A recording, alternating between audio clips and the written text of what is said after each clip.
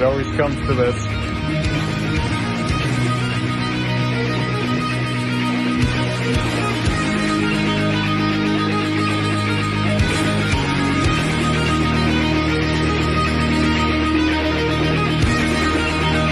More nice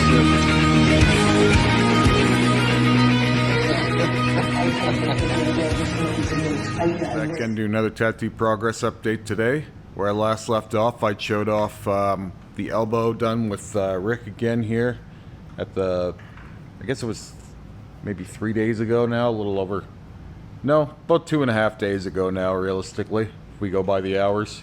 And places of it have peeled, others haven't, about typical for me.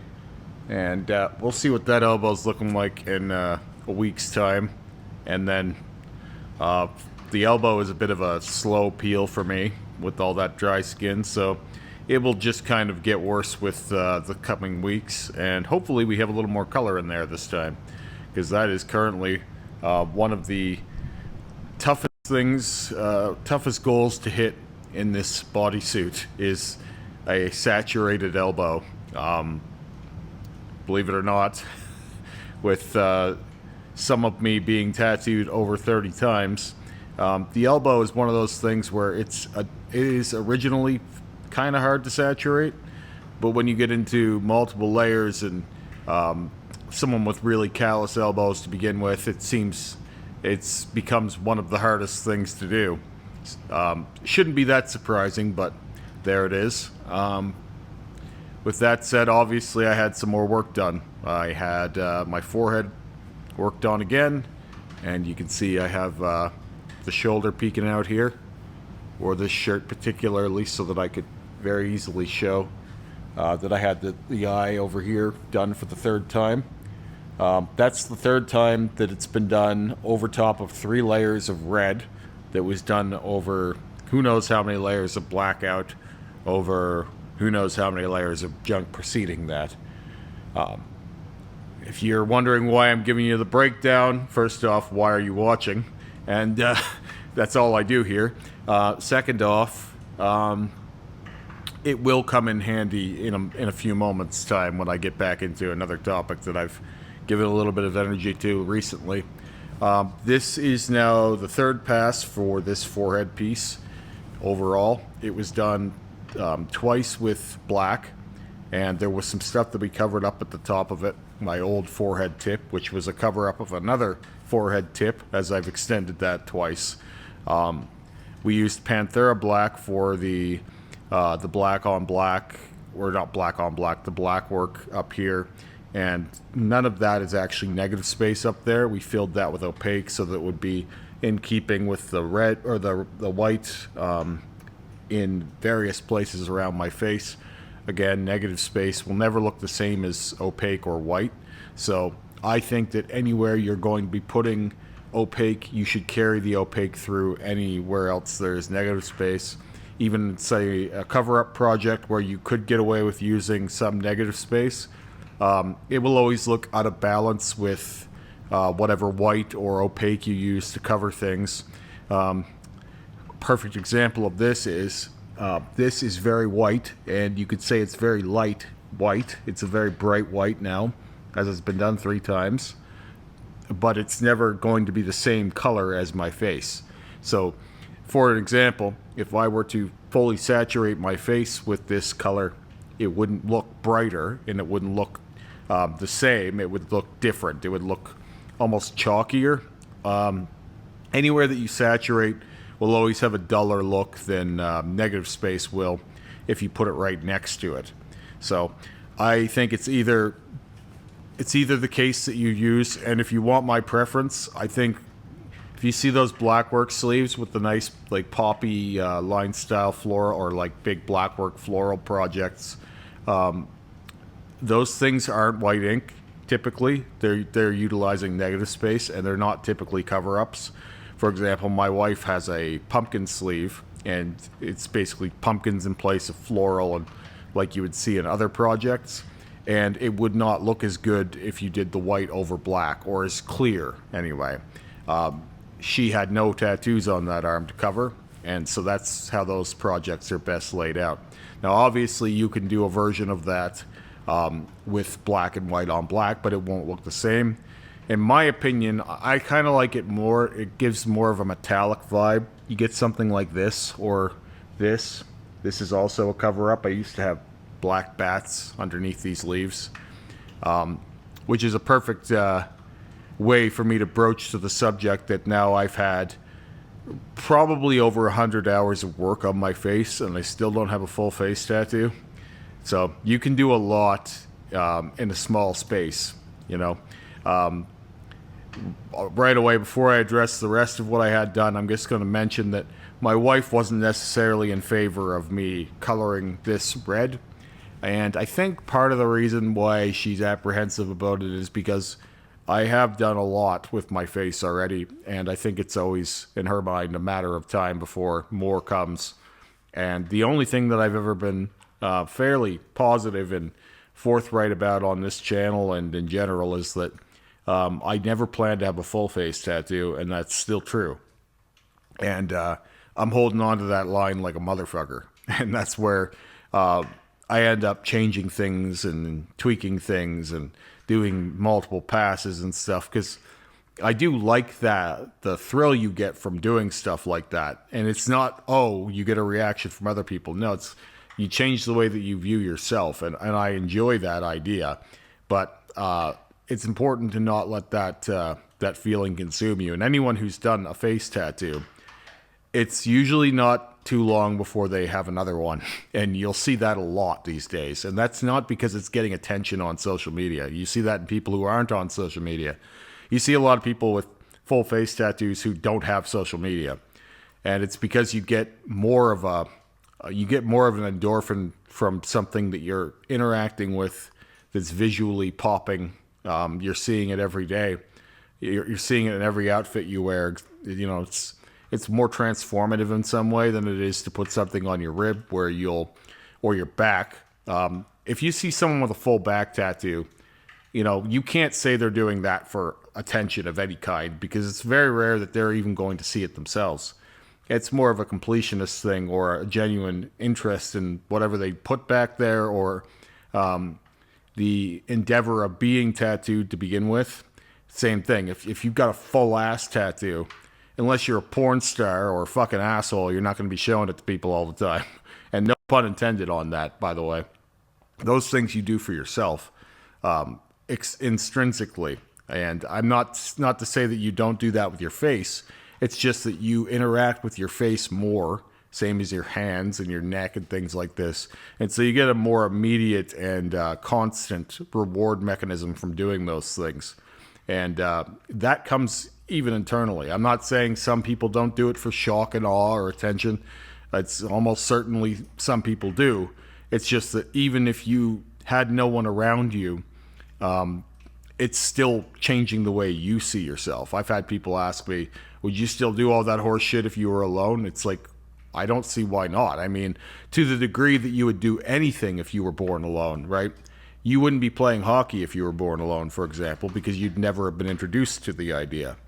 You need something to base it around, right? You don't just you don't come up with hockey on your own one day in a cave, right? There's this idea that women wouldn't wear makeup if there was no one around. I've heard that one as well.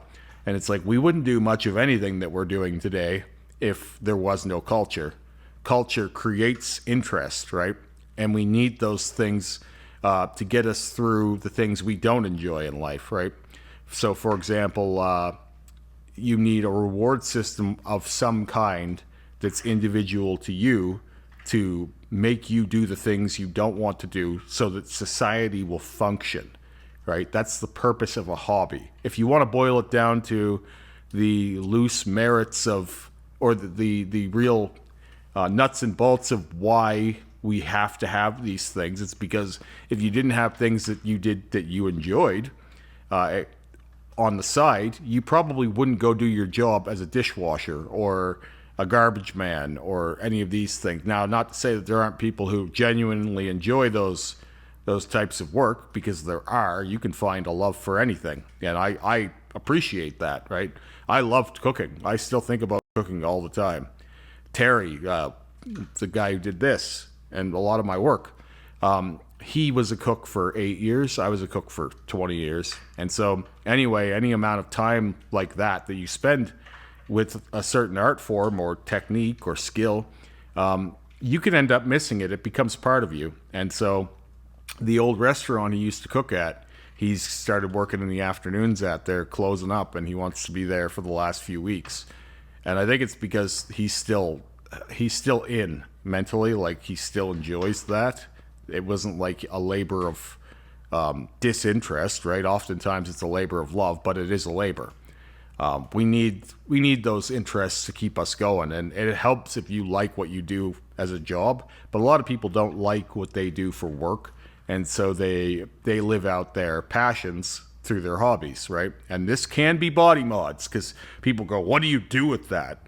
Well, a lot of people, they really do enjoy customization, right? If you've ever played a video game with a character customizer, for example, it's one of the most satisfying things to build your character. And that's basically what this is. It's a mechanism towards building your character. You don't get to decide your height, sometimes your bone structure, your overall build, your skin tone, your facial features. All of these things are preset by life.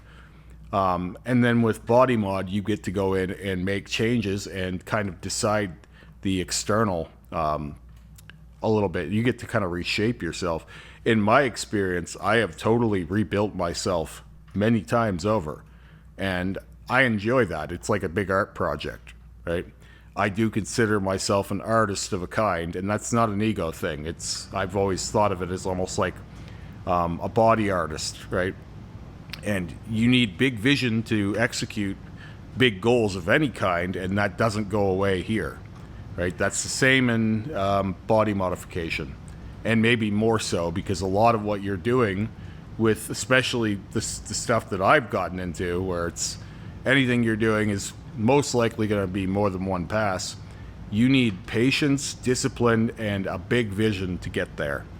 So it's certainly not the least involved hobby. If anything, it's one of the more involved hobbies and subcultures, which is part of where some of the gatekeeping came into it too, because some of that is not a bad thing, right?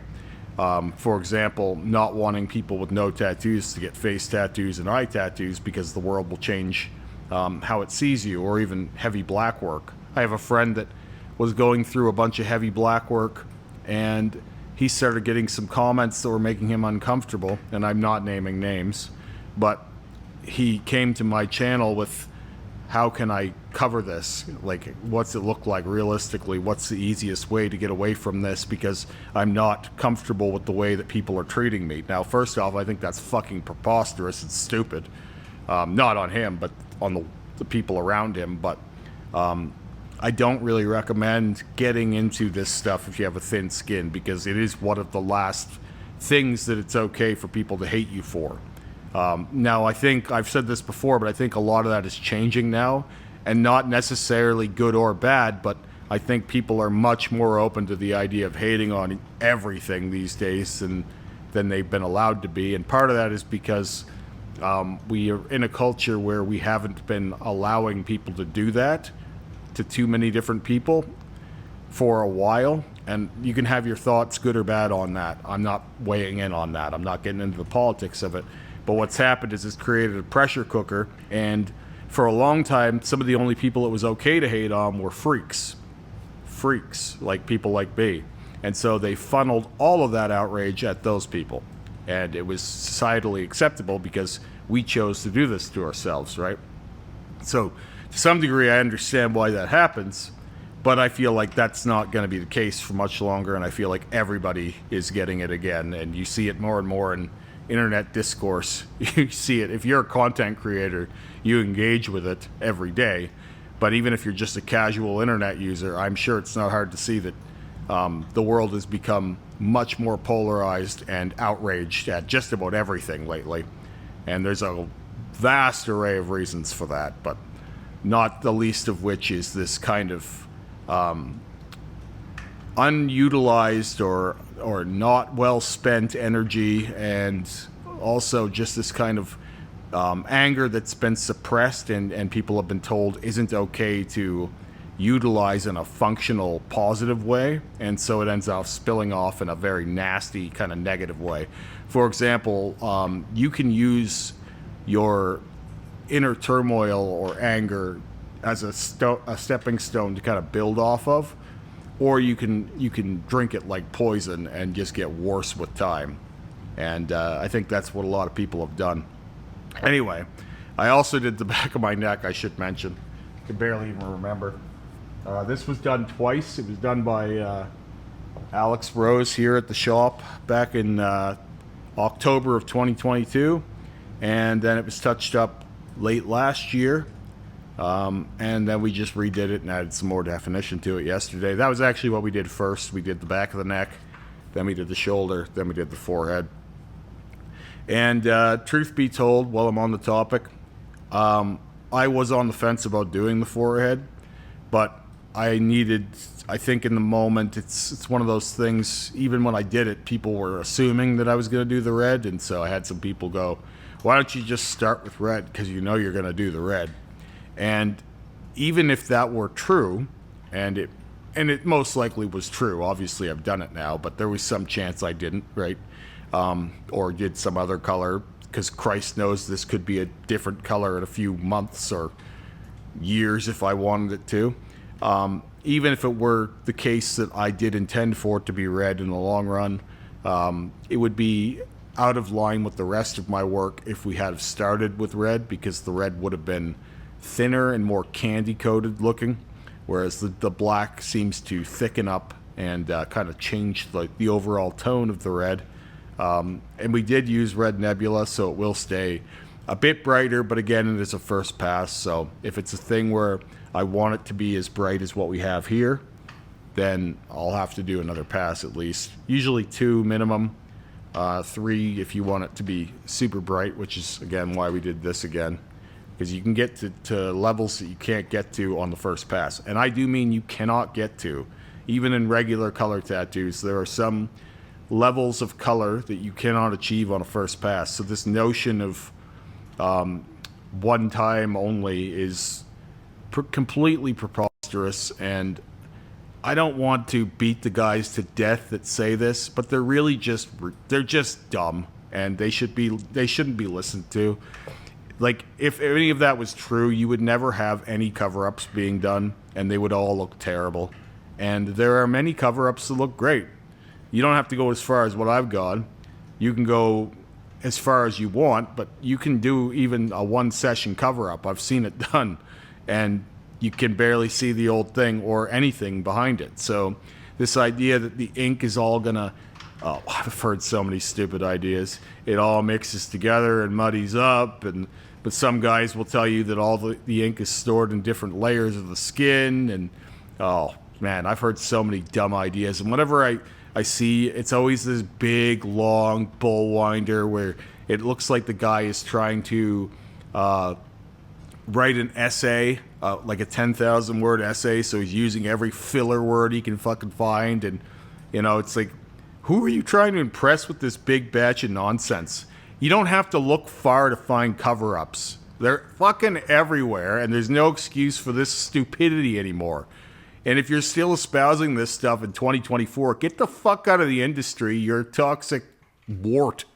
It's terrible. It's pathetic to watch when you see some of what's being done around the world, not the least of which what's happening at this fucking shop. You have people saying that you can't do cover-ups still. Like, you still have people saying that. And when the experts come in, the guys who wrote a book on the topic, well, I can write a book on cornflakes. It doesn't mean that it's going to be real. I can have it published, too. It doesn't mean it means anything. I could write a book on what I think of how tattoos age as well. And then I can hold that up in any discussion and say, well, I wrote a book on this. Does that make it more legit? Will that make it more legit? Honestly. When I hear those things, it's always like, they remind me of when people are trying to like sell you like those books, or you'll see like a commercial advertising some product that you put on your dog's head, and then you can you can hear what the dog is thinking, or you can read what the dog is thinking. It's like, it's such blatant human arrogance. We always assume that we know what the fuck is going on with everything. It's like we need this comfort, because if things are out of our hands, or if we can't explain them, then it's some deep discomfort to us and we can't relax on the matter. It's like, just get comfortable with the idea that you probably don't know what the fuck is actually going on with much of anything. And you can look back through human history, and it's pretty easy to see that. Almost every time we thought we had the answer, we were wrong. I don't know why we continue to think that we know now, like we're at the pinnacle of all of fucking society and we're never going to learn anything new. It's very clear that we're always changing our minds on things. If you're in 2024 completely certain of your beliefs on just about anything, you're a fucking asshole and it's time for a reckoning. Open your mind to the idea that you're most likely wrong. That's the only way to live. I've been wrong many times, and my answer to that isn't, oh, I'm right anyway. They're wrong, and it doesn't matter if they have any evidence to the contrary. I'm right anyway. That's not the fucking play. The play is, oh, I guess I need to learn more, right? And the minute you stop being open to learning in any industry, you should probably fucking go. Anyway, I'll be showing this off as it heals. I think it's going to darken quite a bit. It's already darkened a lot from the video footage, but I don't expect that the shoulder and the back and neck are going to change that much. I think they're going to stay very, very bright this time. We got a lot more white effect in this thing now. That's, again, white over red, over black, over fuck knows what under there. And, yeah, it's still working, guys. It's still taking ink, so don't know what to tell you, experts. I'll talk to you guys again here soon. Have a great day.